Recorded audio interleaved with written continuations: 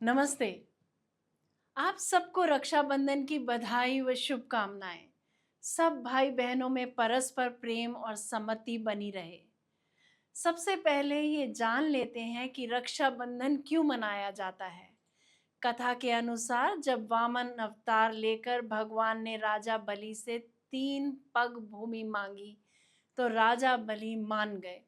अब 2 ही पग में भगवान में विराट स्वरूप धरकर समूचा ब्रह्मांड नाप दिया और बलि से पूछा कि वे तीसरा पग कहाँ रखें।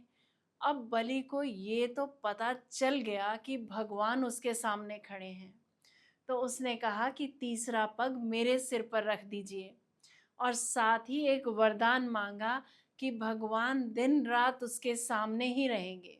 विष्णु जी वचनबद्ध थे और वहीं रह गए, किंतु इससे माता लक्ष्मी बहुत चिंतित हो गई। तब नारद जी ने लक्ष्मी जी को उपाय बताया कि आप राजा बलि को भाई बनाकर रक्षा सूत्र बांधो।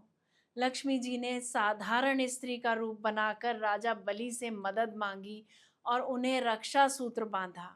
इसके साथ उन्होंने दक्षिणा के रूप में बलि से कहा कि वे उन्हें उनके पति को लौटा दें और राजा बलि ने विष्णु भगवान को माता लक्ष्मी को सौंपा।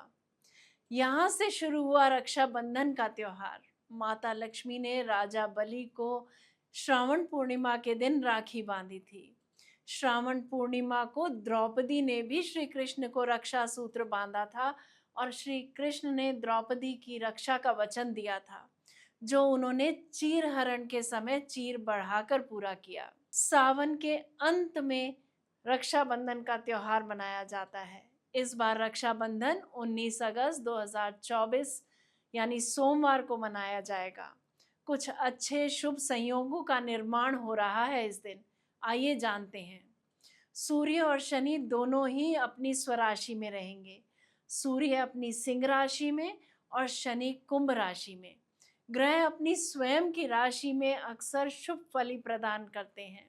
साथ में सूर्य व बुध दोनों का ही सिंह राशि में होने से बुध आदित्य योग बन रहा है।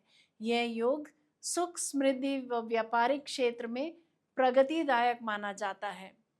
19 अगस्त को सर्वार्थ सिद्धि योग सुबह 8:11 तक रहेगा और इसके बाद पूरा दिन शोभन योग रहेगा, जो शुभ कार्यों के लिए अच्छा माना जाता है।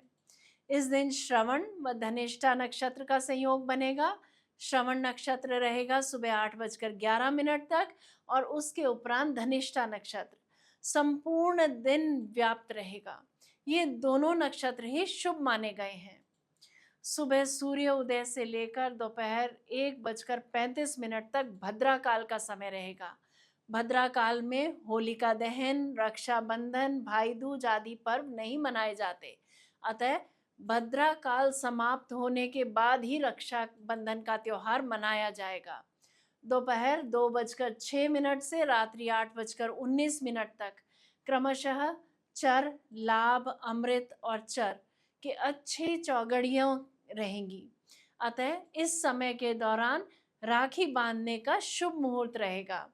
रक्षाबंधन के दिन अपने मुख्य द्वार पर या उसके आसपास जैसा भी संभव हो गेरू से राम राम लिखिएगा। रक्षाबंधन के दिन बहन अपने भाई को तिलक लगाकर, अक्षत लगाकर उसकी दीर्घायु और सुख समृद्धि का आशीर्वाद देती है।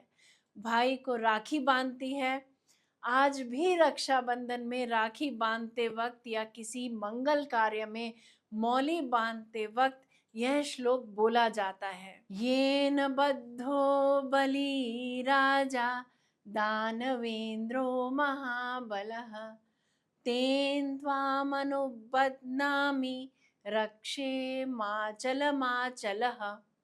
अर्थात जिस रक्षा सूत्र से महान शक्तिशाली दानवेंद्र राजा बलि को बांधा गया था, उसी रक्षा सूत्र से मैं तुम्हें बांधती हूँ, जो तुम्हारी रक्षा करेगा। हे रक्षे, हे रक्षा सूत्र, तुम चलायमान न हो। अर्थात आप अपने वचन से कभी विचलित न होना। और इसके बाद बहन अपने भाई की आरती उतारती है। भाई बहन को दक्षिणा देकर उसकी रक्षा का वचन देता है। इसके बाद बहन भाई आपस में सेवइयां की खीर से मुंह मीठा कराते हैं। भविष्य पुराण के अनुसार इस पर्व पर धारण किया हुआ रक्षा सूत्र संपूर्ण रोगों तथा अशुभ कार्यों का विनाशक है। भाई बहन के प्रेम को हर साल दुगना कर देता है रक्षाबंधन का त्योहार। आइए अब जानते हैं कि रक्षाबंधन के दिन बहनें अपने भाई को जो रक्षा सूत्र बांधती हैं, उस रक्षा सूत्र को बनाने की वैदिक रीति क्या है। इसके लिए हमें 5 वस्तुओं की आवश्यकता होती है।